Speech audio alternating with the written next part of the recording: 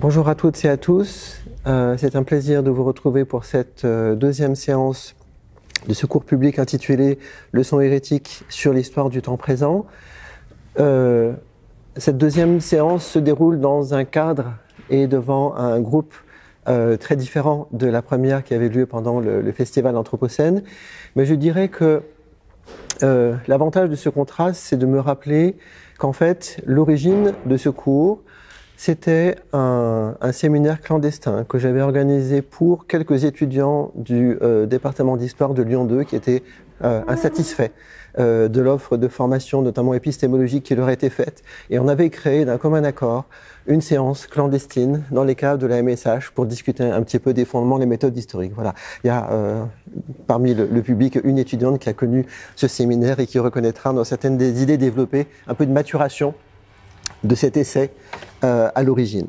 Donc, pour reprendre un petit peu le fil du discours que je propose dans ce cours public, l'idée c'est de questionner l'Anthropocène à la lumière de la méthode historique, mais de le faire en considérant à la fois que l'Anthropocène est une période qui pose problème à l'analyse historique et que l'analyse historique doit accepter la problématicité de l'Anthropocène par rapport à sa conception du temps. Autrement dit, il y a à la fois singularité de la temporalité et un appel à une singularité de la méthode pour aborder cette temporalité. Alors, je ne suis pas le premier, évidemment, historien ou philosophe ou praticien des sciences sociales à poser la question de la singularité de l'Anthropocène. L'un des textes qui ont le plus fait événement, c'est justement le livre « L'événement Anthropocène », publié par Christophe Bonneuil et Jean-Baptiste Fressos en 2013. Je reprends un court extrait de leur avant-propos, dans lequel ils écrivaient « Tenir l'Anthropocène pour un événement plutôt qu'une chose, c'est prendre au sérieux l'histoire et apprendre à travailler avec les sciences dites dures, sans pour autant se faire les simples chroniqueurs d'une histoire naturelle des interactions de l'espèce humaine avec le système Terre. C'est également observer qu'il ne suffit pas de mesurer pour comprendre et que l'on ne saurait compter sur l'accumulation de données scientifiques pour engager les révolutions-involutions nécessaires. C'est déjouer le récit officiel dans ses variantes gestionnaires ou iréniques et forger de nouveaux récits et donc de nouveaux imaginaires pour l'Anthropocène. Repenser le passé pour ouvrir l'avenir. C'est déjà sur une idée du même type que j'avais ouvert mon cours d'introduction, l'idée qu'effectivement le temps présent était un temps de contraintes exceptionnelles et de fragilité exceptionnelle et qu'il fallait, par la méthode, par l'heuristique de l'histoire, tenter de desserrer la contrainte du temps présent, de le reconnecter à ses passés et à ses devenirs possibles. Mais toute la question que je me pose et que je pose à mes collègues d'histoire de l'environnement, c'est est-ce que l'historien est là pour produire de nouveaux imaginaires ou est là pour aider les acteurs sociaux à rentrer dans cette question de la problématicité de l'Anthropocène? Est-ce qu'on doit tout de suite proposer de nouveaux récits, rassurer, combler le vide narratif laissé par l'effondrement de la mythologie du progrès? Ou est-ce qu'on ne doit pas profiter de ce moment d'ébranlement, de doute, pour faire un travail de fond et ne pas se rassurer trop vite, se consoler trop vite, ou se lancer tête baissée dans de nouvelles aventures intellectuelles comme le monde académique français en a le secret depuis très longtemps. Je voudrais utiliser une deuxième référence pour compléter celle de Christophe Bonneuil et Jean-Baptiste Fressos en faisant un saut dans le passé, en revenant à un auteur que j'ai déjà mobilisé la dernière fois, qui est l'écrivain et philosophe Hermann Broch, cette fois-ci dans un court essai de 1936 qui s'appelle « Réflexion sur le problème de la mort de la civilisation ». Dans ce texte, Hermann Broch pose la question non pas de la fin des temps, il n'est pas dans une problématique de type anthropocène, il est dans le contexte de la montée des totalitarismes dans l'Europe des années 30, et il pose la question de savoir que veut dire la mort d'une civilisation, que se passe-t-il quand une civilisation meurt et qu'est-ce qui est travaillé. Bien d'autres penseurs de l'entre-deux-guerres, je pense à Antonio Gramsci, ont posé la question des transitions, des passages difficiles entre un monde et un autre. Vous allez voir que Hermann Broch a une pensée assez profonde et pertinente de mon point de vue sur cette question du passage. Je le cite. « Réduite à sa factualité la plus élémentaire, une époque n'est rien d'autre qu'un segment spatio-temporel de l'univers historique. délimitée par 2 dates. Elle contient des millions et des millions d'existences humaines, pour la plupart anonymes, des myriades et des myriades d'actions, de motivations et de forces humaines, pour la plupart anonymes, mais aussi une infinité de pensées, de vérités et d'erreurs humaines, pour la plupart anonymes. Ce conglomérat, on ne peut même pas parler de somme, aussi insaisissable que l'éternité elle-même, ce très anonyme monde quotidien, c'est ce que représente l'époque, au premier abord. Comment un tel conglomérat peut-il pénétrer dans la conscience de l'homme? Comment peut-on prendre une vue d'ensemble? L'époque est traversée par le flux de ce qui advient, le flux de l'histoire vivante, de l'histoire vécue, de l'histoire concrète, un flux tout aussi anonyme qu'elle, et qui ne se soucie ni d'un début, ni d'une fin, ni d'un style, ni de quoi que ce soit qui caractérise l'époque. Ce n'est qu'un flux d'efficience concrète, qui s'impose principalement à l'homme par la nécessité physique, parfois psychologique, et plus rarement conceptuelle, et l'amène à agir de telle ou telle manière. Si grande et puissante que soit l'époque, elle ne s'exprime pour ceux qui la vivent que dans un petit périmètre d'efficience, dans un état d'opacité organique. Ce que l'on peut tirer de cette pensée d'Hermann Broch, à mon sens, c'est justement cette idée que j'avais cherché à commencer à développer la dernière fois, du fait que l'Anthropocène nous prive de toute position d'extériorité, que nous pouvons jouer à être au-dessus, avant, après, mentalement, mais que c'est une ruse assez misérable, et que ce à quoi nous invite cette époque, c'est effectivement à en accepter l'opacité intérieure, à en accepter la vulnérabilité et à accepter d'y penser de manière située. Et toute la difficulté de penser cette époque de manière située, c'est que nous sommes tous tentés de dire, pour détourner Sartre, que l'Anthropocène c'est les autres. C'est la faute des autres, c'est la faute des générations antérieures qui nous ont légué un monde invivable, c'est la faute du capital, c'est la faute de l'État, c'est la faute de l'Occident, etc. On peut chercher des figures de la faute, mais pour, en quelque sorte, projeter dans l'altérité ce que doit être la vie dans l'Anthropocène. Et ce à quoi nous invite ce texte d'Hermann Broch, c'est d'accepter que, comme pour lui, c'était pas drôle de vivre dans les années 30, mais pour nous, il y a des aspects, effectivement, qui sont des défis, voire un poids à vivre dans l'Anthropocène, mais qu'il y a aussi un gain intellectuel, moral, scientifique à l'accepter, à en accepter le défi de l'intérieur. Pour traiter cette question, et ne pas rester dans des généralités, je vais vous proposer, à partir de la séance d'aujourd'hui, et pour 4 séances, de rentrer dans 4 figures du temps qui posent problème dans l'Anthropocène. Je vais traiter avec vous aujourd'hui ce qu'il advient du concept d'évolution dans le temps présent. Et vous verrez que dans ma conception et mon travail d'historien, j'associe évidemment l'évolution au concept de sélection. Ça renvoie à Darwin, mais à des mutations de la théorie darwinienne sous des avatars actuels qui résonnent autrement que leur résonance au XIXe siècle. La séance de la semaine prochaine, je la consacrerai à la question de l'innovation, c'est-à-dire au statut des sciences et des techniques dans la production de la nouveauté, dans la production de la rupture et dans la production de l'Anthropocène. Et j'essaierai de sortir du procès de principe, du procès radical des sciences et des techniques, qui peut être moralement juste, mais qui, sur un plan intellectuel, ne nous amène à rien.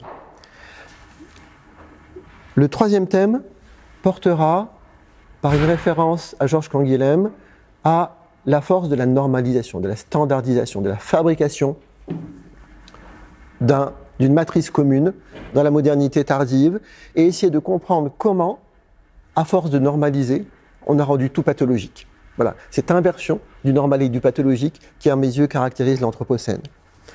Et enfin, j'essaierai, vaste sujet, de revisiter la question de la croissance, non pas en économiste, mais en historien. Et en historien qui travaille beaucoup sur les questions, vous le savez, agricoles et environnementales.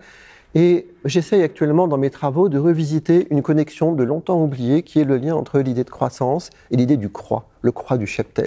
Qu'est-ce que ça veut dire l'amplification de la vie? Et comment on est passé, dans l'Anthropocène, d'un imaginaire de l'expansion de la vie à une destruction de la vie par la croissance. Donc là aussi, une inversion du sens des mots, qui sont des vecteurs de pensée de l'histoire. Donc, je vous l'ai dit dans le cours d'introduction, ma conception de l'histoire est une conception dialectique. L'idée que les sociétés humaines hésitent mettre en débat pour se gouverner elle-même des pôles opposés, j'ai repris la théorie de Horkheimer et Adorno sur la dialectique de la raison. Il me semble qu'elle demande à être actualisée, parce que la pensée de Horkheimer et Adorno incluait certes la question de l'animal et de la nature violentée par la modernité industrielle, mais n'allait à mon sens pas assez loin dans la manière de penser la façon dont le mythe et la raison se métabolisaient dans le monde contemporain. On peut dire, de manière très schématique et introductive, que le propre de la pensée mythique, c'est d'expliquer le présent par un passé fondateur. Et on est aujourd'hui dans l'Anthropocène tenté de réviser tous les mythes de la Genèse ou de réinventer des mythes génésiques pour donner un sens à ce qui est possiblement une fin d'histoire. Et donc la pensée mythologique revient en force, notamment dans la pensée écologique, sur la refondation du rapport homme-nature. Et puis, inversement, le travail de la raison, depuis le siècle des Lumières, a été, et c'est très sensible dans la théorie darwinienne, de partir de l'observation clinique du présent et d'en inférer le chemin parcouru. C'est-à-dire d'être capable, que ce soit avec la physique newtonienne, avec la biologie darwinienne, d'observer ce qui se joue dans le présent et d'en inférer le passé et le futur, comme un mobile dont on pourrait prédire par des équations le fonctionnement. Et là, j'en viens maintenant à ma thématique du jour de l'évolution. Comment penser l'idée que l'évolution n'est pas infinie, indéfinie, qu'elle peut avoir une fin, et une fin assez problématique justement.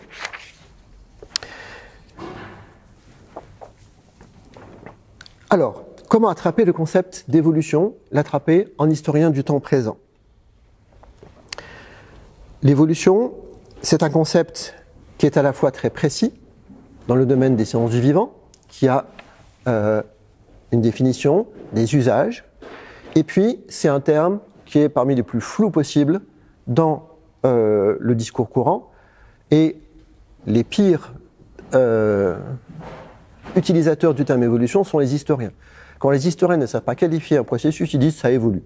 Voilà. Et comme ça, ils ont tout dit et rien dit, et ils ne renvoient jamais évidemment à la théorie de l'évolution, mais c'est pour dire que le métier d'historien, c'est quand les choses changent, quand les choses sont stables. On a pu s'amuser un moment avec Emmanuel Ladurie avec l'idée de l'histoire immobile, mais ça va bien 5 minutes, on s'ennuie quand l'histoire est immobile, on a envie que ça bouge, on a envie qu'il y ait de l'action dans l'histoire. Les historiens aiment le changement, aiment penser, expliquer le changement. Et pourtant, les historiens sont très dépourvus en concept pour dire le temps et ce qu'il advient au temps. Comment faire donc pour oser dire que les historiens auraient une manière originale de penser l'Anthropocène et de dire de manière un peu intelligente et précise ce qui se passe aujourd'hui. Alors, je vais essayer de vous prouver qu'un historien peut apporter quelque chose au débat, mais j'ai besoin de passer par quelques étapes avant cela. Tout d'abord, je rappelle que, en termes étymologiques, évolution est un mot qui a une signification très étroite au départ. Évolution, c'est lié à ex, sortir de, et l'idée de la volute, l'idée de ce qui est enroulé et qui peut être déroulé. L'évolution, c'est le rouleau que l'on déroule et sur lequel on découvre le texte sacré ou profane que l'on va lire. Or, c'est assez frappant de se dire que on a pensé l'évolution comme un grand récit, puis on a pensé la génétique comme le langage secret de ce grand récit, comme un code dont on allait dérouler, comme par magie, le discours. En pensant que, d'abord par la théorie de la sélection de Darwin, puis par les outils de la génétique, on allait enfin comprendre l'histoire du vivant. On allait comprendre le programme qui, dès l'origine, dictait l'orientation de l'évolution. Et effectivement, même si ce sens étymologique du mot évolution a depuis longtemps été oublié, il reste présent de manière sous-jacente dans notre manière de penser l'idée que l'évolution, c'est un mystère historique qui se dévoile. Mais comment faire quand on en vient à imaginer l'idée que le codex arrive au bout de sa matérialité ou du texte écrit? Est-ce qu'il est possible que l'évolution s'arrête, soit parce qu'elle portait en elle-même sa propre autodestruction, soit parce que quelque chose d'extérieur ou d'intérieur est arrivé qui a empêché l'évolution de continuer à se déplier de manière infinie.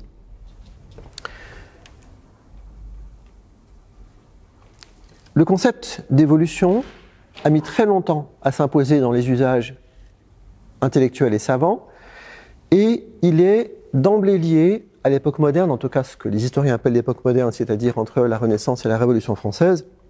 Il est très tôt lié à l'idée d'un processus qui se déroule dans le temps historique, et qui concerne les sociétés humaines.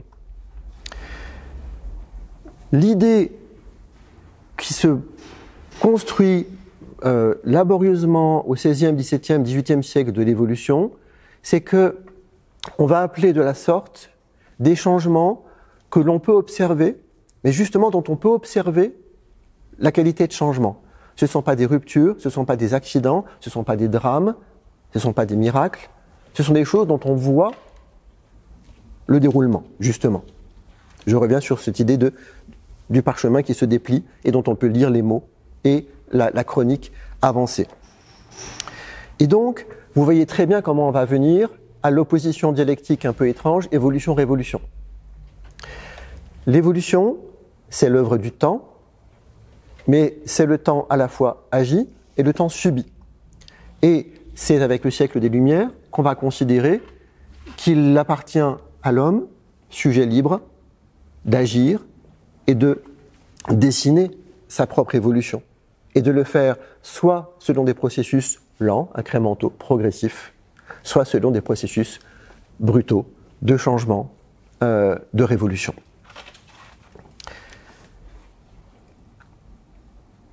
C'est-à-dire que, en fait, dans l'évolution de la représentation du temps historique des sociétés européennes, de ce que moi je ne crains pas d'appeler des cosmogonies, l'idée d'évolution est arrivée avec la pensée de la flèche du temps. C'est-à-dire l'idée d'un temps irréversible, un temps où un événement fait qu'il y a un avant et un après. Et on commence à penser effectivement progressivement à l'âge classique, et de manière de plus en plus intense et généralisée au moment de la Révolution française et de tous les soubresauts qu'elle génère sur le continent européen et dans les nouveaux mondes, on commence à penser le caractère irréversible des décisions prises par les acteurs individuels et collectifs humains. Et donc cette idée que l'action libre fait rupture et que de ce fait, on va voir s'opérer un hiatus entre des choses qui sont soit immobiles, soit inscrites dans des évolutions non maîtrisées, ou en tout cas qui échappent à l'exercice de la volonté, les évolutions de la nature, et puis les évolutions voulues, souhaitées, agies par les sociétés humaines, qui vont prendre la dimension du politique. Et donc, dans le grand partage entre nature et société au XVIIIe siècle, se joue l'idée que le concept d'évolution, qui n'est pas encore stabilisé, va prendre des acceptions complètement différentes quand il s'applique à des objets et quand il s'applique à des sujets. Et pourtant, dès le XVIIIe siècle, dès le siècle des Lumières, on commence à voir une dialectique s'installer entre des conceptions positives, négatives, optimistes, pessimistes de l'évolution. C'est tout le débat entre Malthus et Condorcet sur le fait de savoir si la trajectoire des sociétés humaines va vers l'émancipation, la réalisation des aspirations de l'humanité, ou ne va aller que de mal en pis et de déception en déception parce que l'homme serait rivé à des lois naturelles, à des lois d'airain qui le ramèneraient toujours à la fin, au désir et à la mort. Et donc, la structuration du débat sur l'évolution, c'est une structuration du débat sur la liberté humaine et sur le fait de savoir si la liberté humaine est une émancipation définitive ou très temporaire et condamnée à terme par rapport aux lois de l'évolution de la nature. Toute la philosophie allemande du XIXe siècle va tourner autour d'une pensée de l'histoire et de savoir ce dont l'histoire est le récit et ce dont l'histoire porte le sens. Depuis Hegel surtout, l'idée que la raison conduit l'histoire, que l'histoire est la révélation de l'esprit dans le monde et que l'homme est le vecteur de la révélation de l'esprit dans le monde, va amener l'idée que l'évolution, c'est une révélation, c'est un texte qui se révèle du triomphe attendu de la raison. Alors vous savez que Friedrich Hegel considérait que certes la raison avait des ruses, que parfois il y avait du chaos dans l'histoire, et qu'à la fin tout se révélerait et que l'esprit triompherait. de tous les détails, de tous les peuples qui avaient porté de manière aveugle, inconsciente et parfois brutale des épisodes de l'histoire. Alors, on arrivait à la rigueur à avaler l'idée que les guerres napoléoniennes étaient nécessaires au progrès de la raison. Ça a été un peu plus difficile avec les premières guerres industrielles, guerre de sécession, guerre russo-japonaise, etc. Et après, le XXe siècle a fait en sorte qu'effectivement, voilà, on s'est rendu compte qu'il fallait passer à autre chose. Et j'en reviens là à ce que j'ai évoqué tout à l'heure. Horkheimer et Adorno ont dit, Hegel, on ne peut plus accepter l'idée que la raison va gouverner le monde et que son triomphe, on doit l'attendre avec optimisme et sérénité. Donc, entre-temps, se structure le moment darwinien. Le moment darwinien, on peut lire énormément de littérature dessus. Moi, je recommande toujours de revenir aux sources, de lire Darwin lui-même. Tout sauf son autobiographie qui n'est pas bonne, mais de lire sa correspondance, de lire ses textes de jeunesse et bien sûr de lire ses ouvrages fondamentaux.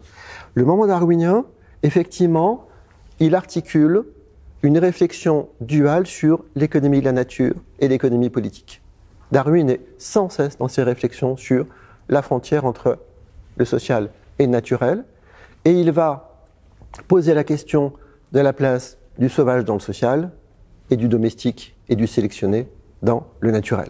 Donc, il est faux de considérer que la théorie darwinienne serait purement une théorie biologique. C'est une théorie sociale aussi. En fait, c'est une théorie globale de l'histoire. Il me semble important de rappeler que Darwin, dans sa réflexion, dans ses travaux, dans sa correspondance, plus il avance dans la cristallisation de sa théorie, plus il est inquiet, et je dirais même plus il est triste. C'est-à-dire que Darwin a écrit dans sa correspondance, vous devez avoir entendu parler de cette lettre célèbre, il dit que pour lui, avoir imaginé l'idée que la sélection était le principe de l'évolution, c'était comme confesser un crime.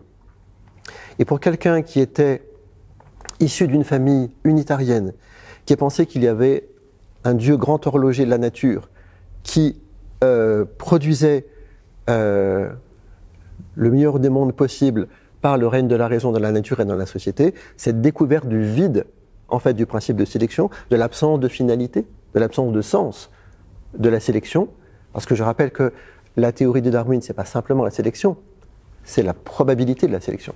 C'est-à-dire qu'il y a un aléa mathématique, qui n'a donc rien de moral, et que la sélection ne sélectionne pas les meilleurs.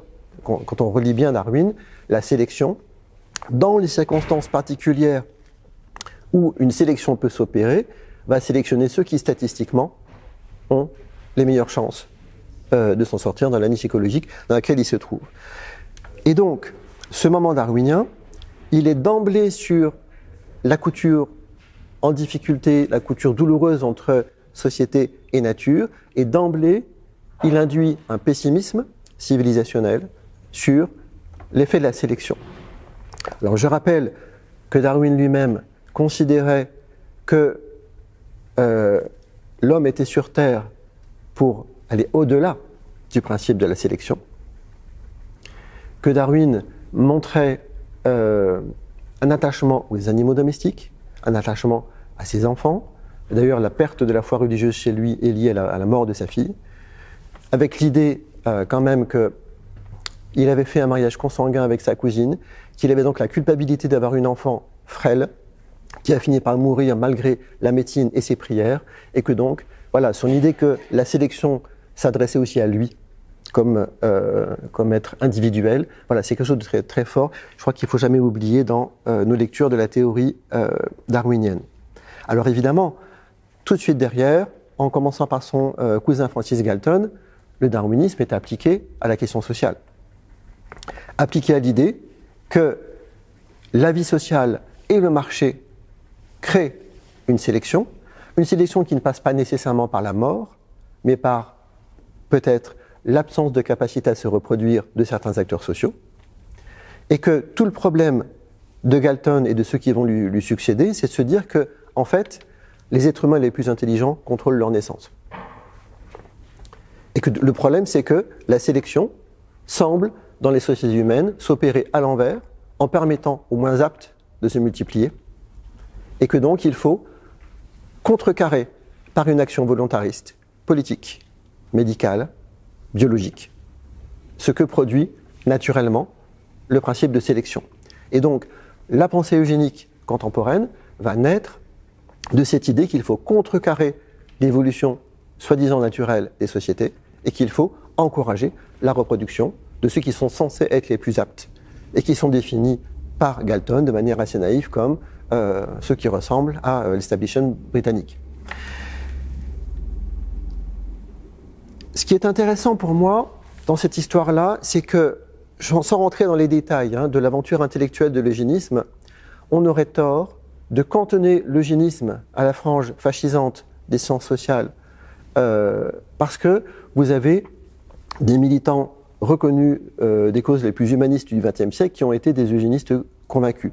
Tout dépend quels moyens ils assignaient à la question eugénique. Est-ce que c'était un eugénisme passif ou actif? Est-ce qu'ils étaient partisans de la stérilisation, de la mise à mort de ceux qui jugeaient non aptes? Ou est-ce qu'ils étaient partisans d'un encouragement à la natalité des plus aptes ou des moyens détournés de ce type-là? En tout cas, ce qui m'intéresse particulièrement, c'est que en suivant l'intuition de Darwin, la pensée à la fois de l'évolution et de la sélection a d'emblée été une pensée statisticienne.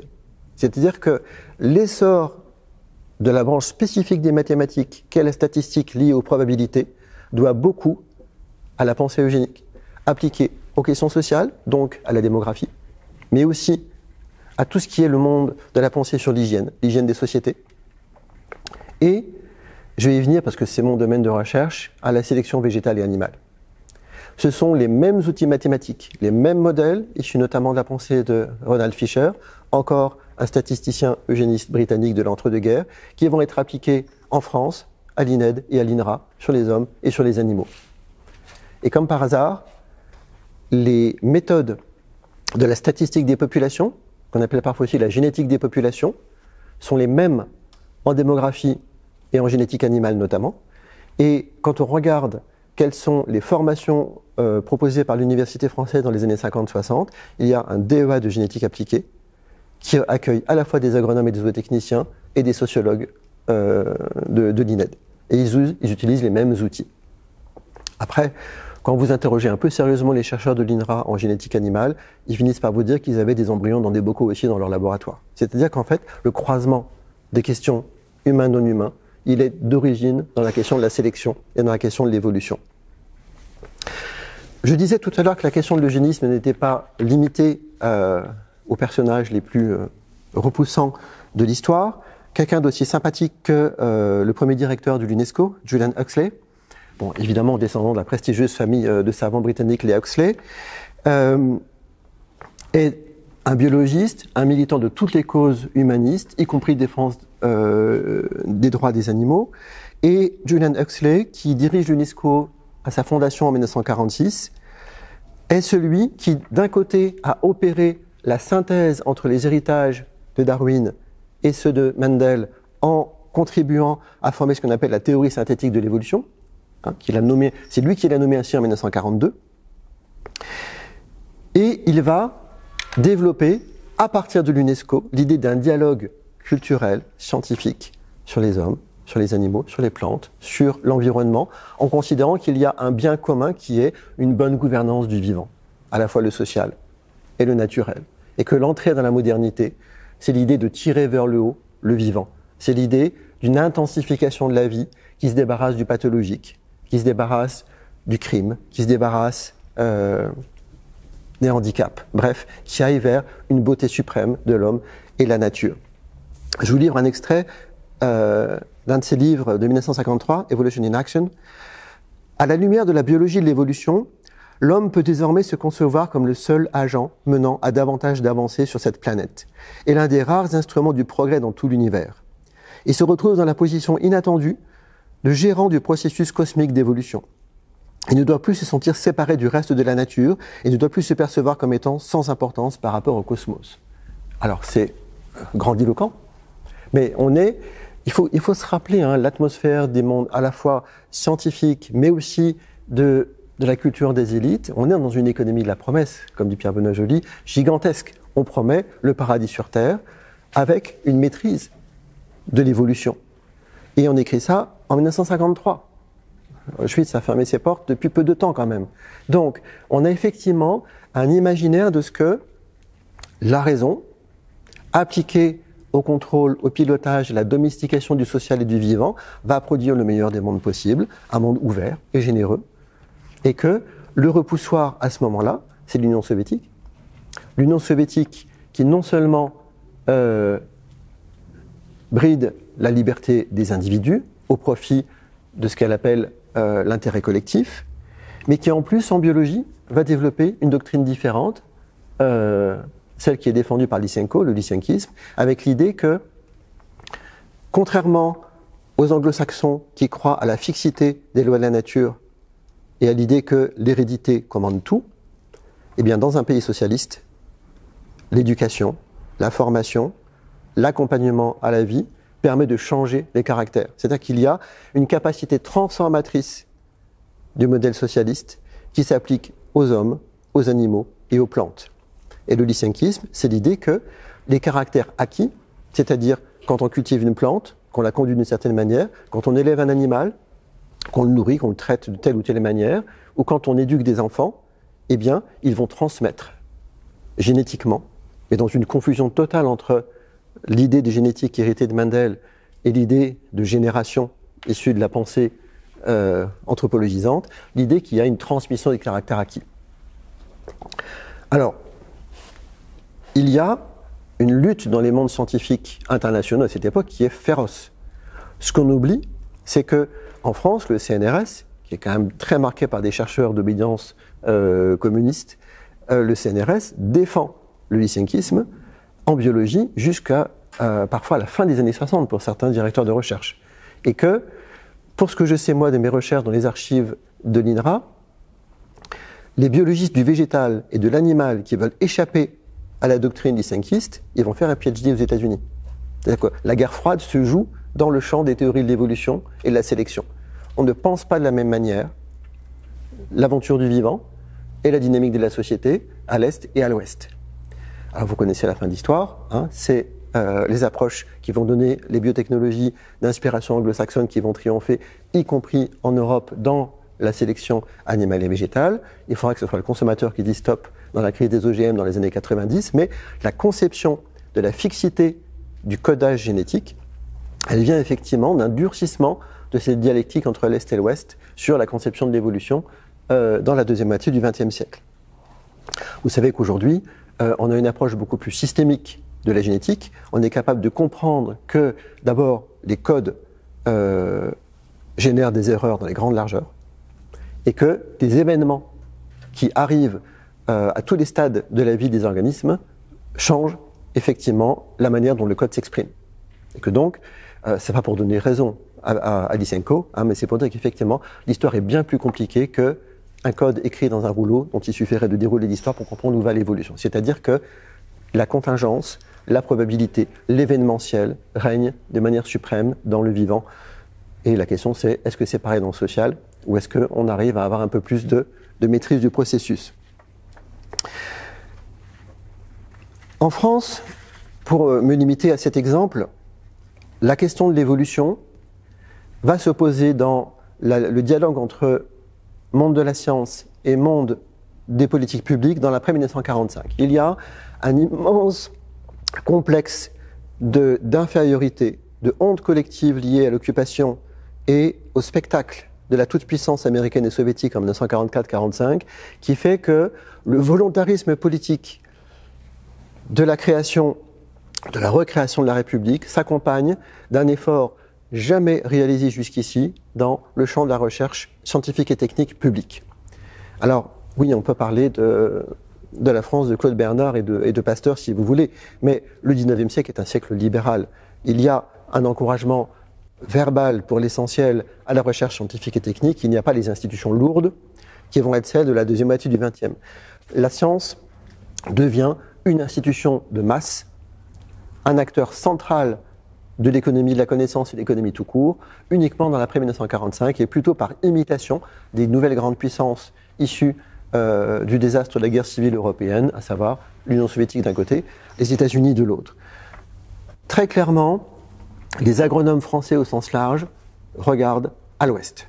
Et d'ailleurs, ils sont aidés en cela par le fait que les États-Unis vont payer des missions de productivité, des voyages d'études. Quelqu'un comme René Dumont va revenir avec les leçons d'agriculture américaine et, à l'époque où il est productiviste, diffuser le discours d'une évolution accélérée volontariste de l'agriculture française. Il faut sortir de l'âge paysan, il faut sortir de l'agropastoralisme, il faut abolir la polyculture élevage et intensifier, spécialiser, artificialiser la production agricole. Pour René Dumont à l'époque, c'est le seul moyen de donner un revenu décent à l'exploitation familiale. Dans cette logique-là, le modèle, c'est le USDA, le département agriculture du gouvernement des États-Unis, et sa branche scientifique. Et on va considérer que ce que peut apporter la recherche scientifique pour accélérer l'évolution de l'agriculture française, c'est ce qu'on appelle l'amélioration des plantes. Amélioration, c'est le mot est dans l'intitulé du département de recherche. C'est-à-dire qu'on va vers un meilleur en éliminant les semences jugées peu productives, peu intéressantes, et en sélectionnant un tout petit pool de semences améliorées. Pour les animaux, le problème est différent. C'est-à-dire que quand vous semez du blé tous les ans, ça ne se voit pas qu'il y a un sac de semences que vous allez jeter dans le fossé et ne plus jamais utiliser. Si vous décidez qu'une race de vache ou de mouton n'a plus sa place, elle part en entier à l'abattoir et ça se voit. Et donc, on va avoir quand même un subtil déphasage entre la sélection végétale et la sélection animale. D'abord, ce n'est pas les mêmes scientifiques qui vont s'en occuper. Ils vont former des communautés complètement différentes, avec des cultures différentes, avec par exemple le fait que très tôt, la sélection végétale devient une science de laboratoire, alors que la sélection animale, c'est une science du contact avec les animaux, avec des étables expérimentales, mais aussi avec l'idée que la technique qu'on va utiliser pour faire évoluer le cheptel et le sélectionner, c'est l'insémination artificielle. Et l'insémination artificielle, je vous passe les détails, mais il faut être physiquement présent, il faut agir, il faut accompagner. Enfin, on va considérer qu'au début, certes, l'insémination elle est artificielle, mais l'acte technique, il est là. C'est-à-dire qu'il faut des gens qui aient une culture des mondes de l'élevage, qui sachent pratiquer la contention des animaux, qui comprennent comment on repère les chaleurs d'une vache, etc. Bref, ça va très loin dans l'incarnation. Et donc, ce que je veux dire par là, c'est que les gens qui vont porter le plus loin l'idéal eugéniste sur les animaux, c'est-à-dire les généticiens de l'élevage, sont aussi les plus ancrés dans la réalité animale et humaine de la reproduction. Pour tout dire, ce sont les mêmes chercheurs, un Charles Thibault, qui travaillent sur la synchronisation des chaleurs chez les brebis, comment faire en sorte que toutes les brebis puissent être inséminées en même temps par le même bélier ou la même pipette, ça coûte moins cher. S'il faut faire revenir le bélier 10 fois, vous imaginez le prix. Et l'invention de la contraception humaine. Contrôle des hormones, c'est la même chose fondamentalement.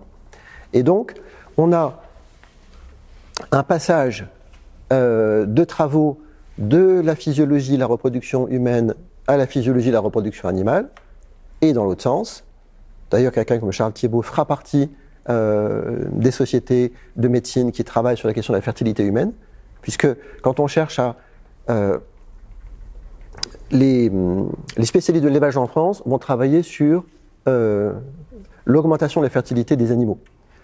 Par exemple, à un moment, on va essayer de faire en sorte que toutes les vaches aient 2 veaux, plutôt qu'un, en se demandant si c'est pas plus intéressant, même si c'est épuisant pour la mère, d'avoir 2 veaux à la fois. Et donc, on travaille sur la gémellité. Tiens, comme par hasard, les eugénistes du 19e siècle, c'était leur passion, la gémellité. Ils étudiaient les paires de jumeaux pour savoir la part de l'hérédité et de l'acquis dans la psychologie des jumeaux et dans leur intelligence. Bref, on va avoir là aussi des glissements de la biologie de la reproduction modèle INRA et modèle INSERM. Jusqu'où ça va? Eh bien, je vous donne l'exemple d'une interview de l'inspecteur général des questions zootechniques à l'INRA en 1970, un homme qui s'appelle Raymond Février, qui est mort il y a très peu de temps, qui est le fils d'un député du Front populaire, qui est devenu zootechnicien dans l'après-guerre et qui a gravi les échelons de l'INRA jusqu'à devenir inspecteur général responsable des recherches zootechniques. Il est interviewé par la télévision française en 1970 dans la visite d'un centre d'insémination. Et le journaliste lui pose la question suivante. Lorsque l'on visite les centres d'insémination artificielle, les centres de sélection, les étables modèles, on a une sensation tout de même assez étonnante de société un petit peu concentrationnaire. Le journaliste marche sur des œufs en disant ça, mais Raymond Février lui fait un grand sourire devant la caméra et dit « c'est exact, c'est exact ». L'insémination artificielle permet de donner à un taureau une descendance qui se compte en milliers de têtes. La fierté de la zootechnie française, c'est d'arriver effectivement dans un système aseptisé, entièrement clos, artificialisé, à faire que le meilleur reproducteur insémine un nombre record de femelles. Le journaliste, encouragé, continue. La fin de la citation de Raymond Février est emblématique de ça. Il dit, et vraiment texto, « Nous avons de ce fait un pouvoir très grand sur la société des bovins ». Il a bien utilisé l'expression « société des bovins ». Le journaliste continue et il dit, est-ce qu'on peut extrapoler la société des hommes, cette pratique? Et Raymond Février, pas choqué par la question, dit l'obstacle, c'est l'instabilité politique des États qui ne permettent pas d'envisager une telle continuité. Et j'insiste sur le fait que Raymond Février dit ça avec le sourire, il n'a pas compris le piège tendu par le journaliste, il ne devait pas être très bien concentré. Raymond Février, à cette époque-là, c'est un pilier de la SFIO. Il sera un des acteurs fondamentaux de l'écriture du programme agricole du PS pour l'alternance en 81. C'est une figure de l'humanisme scientifique des années 60-70. Et il ne voit pas malice à ce qu'il dit. Et c'est là que je sème l'un de mes premiers petits cailloux sur ce que je vous ai dit tout à l'heure. Les biologistes, les généticiens de cette époque-là considèrent que parce qu'ils sont du côté de la vie, il n'y a pas de mal à ça. Ils ne font qu'augmenter et magnifier la vie. Donc ils sont du côté du progrès avec un P majuscule. Ce qu'ils ne voient pas, ce que même Raymond Février ne voit pas, c'est que dans le même temps, ses collègues économistes à l'INRA ou des spécialistes des approches biométriques vont considérer que finalement la vache, le cochon, le blé, tout ça c'est la même chose, c'est de la biomasse. Et que ce qu'on cherche à augmenter, c'est pas la vie, c'est la biomasse. Et la biomasse, commodifiable, qu'on va pouvoir mettre sur le marché. Et en fait, les généticiens ont préparé le terrain à l'idée que le vivant peut être traduit comme un simple matériau industriel comme un autre, la biomasse, qu'on va distribuer sous forme de protéines, sous forme de composés pour le textile, pour l'énergie, pour l'alimentation, et que donc finalement le statut de l'animal reste entier. Je précise, c'est quand même intéressant en termes d'histoire culturelle que si on fait un petit peu la prosopographie des généticiens français, ils sont très souvent issus du monde agricole, de la jeunesse agricole catholique et d'inspiration chrétienne démocrate ou chrétienne sociale. C'est-à-dire qu'il n'y a pas d'opposition. On peut chercher dans les textes de l'Église catholique, il n'y a pas d'opposition à l'insémination artificielle. C'est le moyen par lequel on va faire arriver la prospérité dans les petites fermes de l'ouest de la France. Dans cette France catholique de l'ouest, où on commence à faire de l'Holstein pour faire du lait intensif. Les petits paysans, ils n'ont pas beaucoup de terre, donc on donne de l'aliment concentré. On fait la vache la mieux sélectionnée, qui va littéralement pisser le lait, parce que c'est comme ça qu'on arrive à tirer un revenu pour les petites fermes de l'ouest. Et donc, c'est par humanisme qu'on fait ce système concentrationnaire dans les centres d'insémination, d'une certaine manière. Vous voyez, la logique de la sélection, dès cette époque, elle est pensée comme, oui, on peut revenir à la ruse de la raison, mais c'est dans l'autre sens. C'est une ruse du nihilisme. Enfin, on aboutit à une impasse, à une aporie, en croyant faire le rationalisme le plus ouvert à l'idée du progrès général. Alors évidemment, cette belle histoire, elle rencontre très vite des obstacles. Parce que la génétique de cette époque-là, même si on comprend qu'il y a un code héréditaire, on n'en maîtrise pas la grammaire. Et ce qu'on fait jusqu'aux années 80-90 du XXe siècle, c'est ce qu'on appelle de la génétique massale. Autrement dit, pour comprendre quelles sont les vertus d'un taureau, on étudie ses filles. On étudie la production de lait des filles pour savoir si le taureau doit être mis à l'abattoir ou s'il doit continuer à faire de la reproduction. Donc on est typiquement sur la méthodologie darwinienne, on contrôle statistiquement les chances de survie dans un modèle économique qui cherche la productivité à partir d'indices sur la descendance. Le problème, c'est que c'est très long. Si vous avez un taureau et que vous devez attendre que ses filles soient en âge de faire des veaux et de produire du lait pour savoir s'il est bon ou pas, le schéma de sélection que vous mettez en œuvre, il a un pas de temps, une inertie qui est de l'ordre de 8, 10, 12 ans, suivant les animaux. C'est plus court sur les ovins, plus long chez les bovins. Mais le problème, c'est que le marché de la viande, le marché du lait, du yaourt, etc., il ne cesse de fluctuer dans cette période-là. Les produits alimentaires sont rentrés dans la PAC, sont rentrés dans le marché mondial. On commence à avoir des luttes entre les deux rives de l'Atlantique sur les protéagineux qui nourrissent les fameuses vaches laitières de l'Ouest. Et entre le prix du soja importé et le prix du lait, vous avez un secteur qui s'effondre ou qui s'enrichit.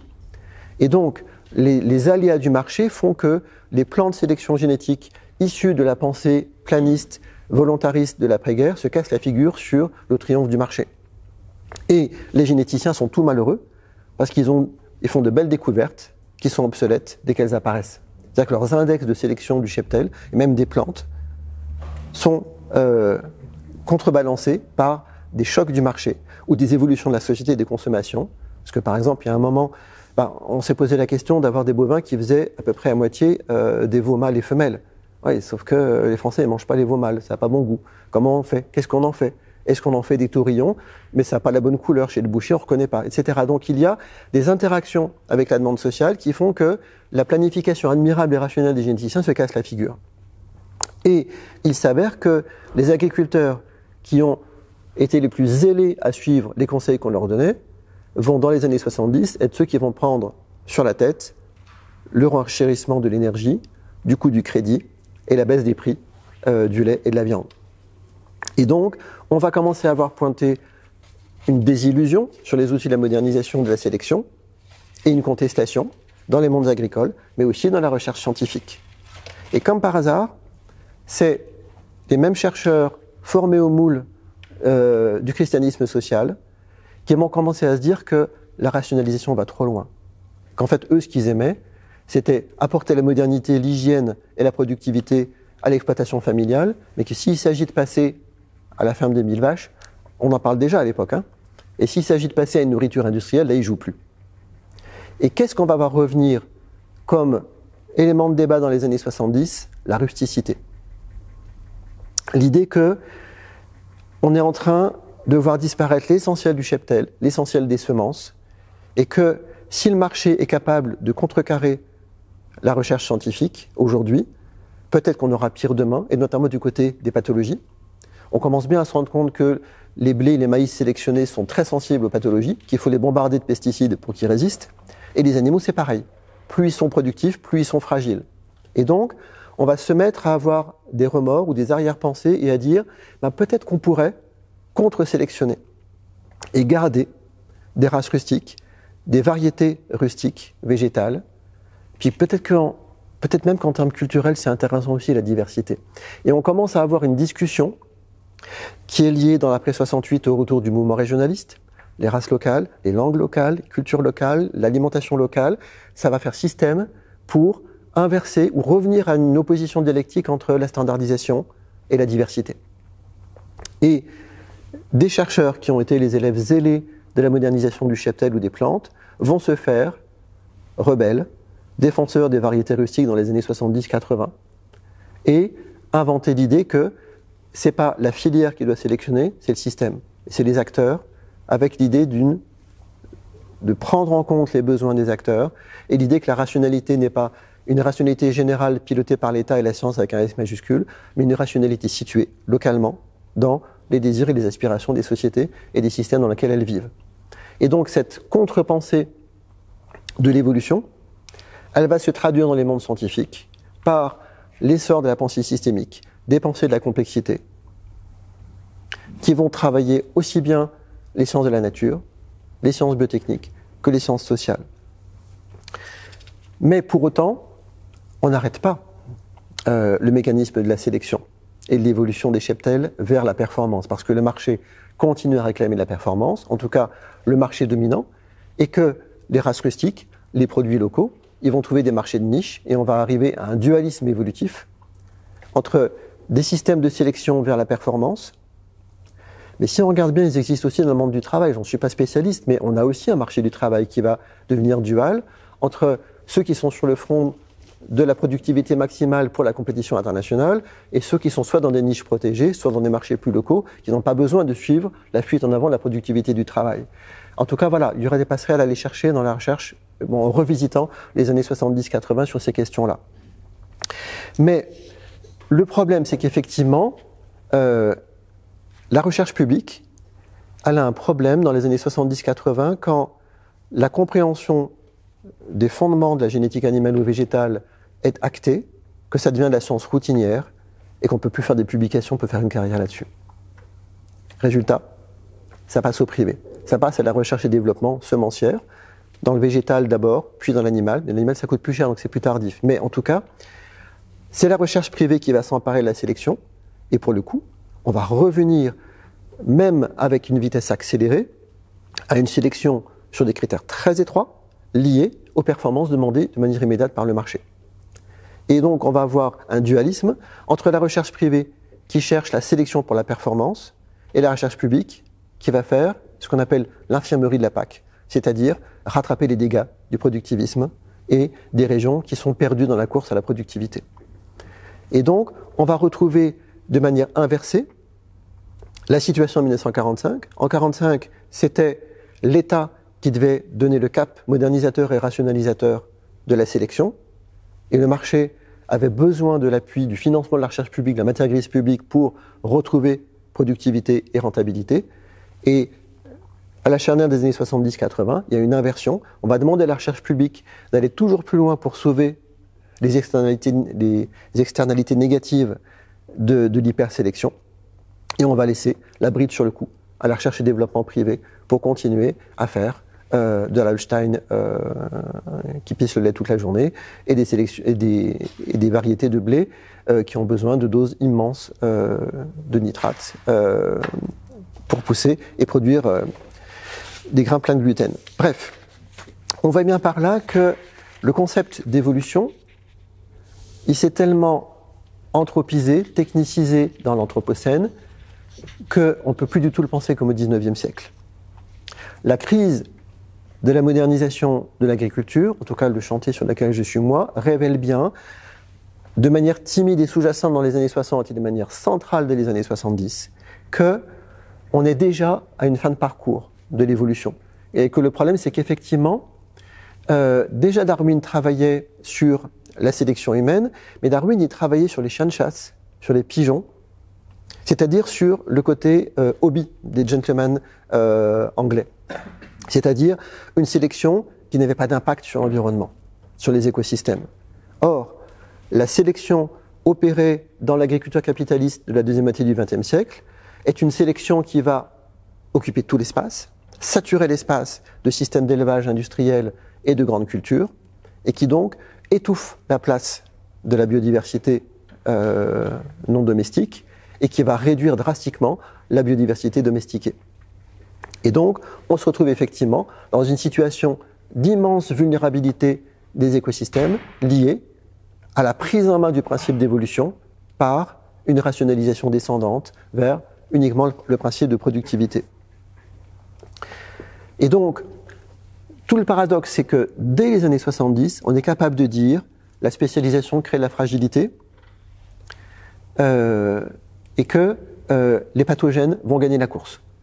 On sait dès cette époque-là que si on bombarde les animaux d'antibiotiques et les plantes de pesticides, les insectes, les virus vont gagner la course.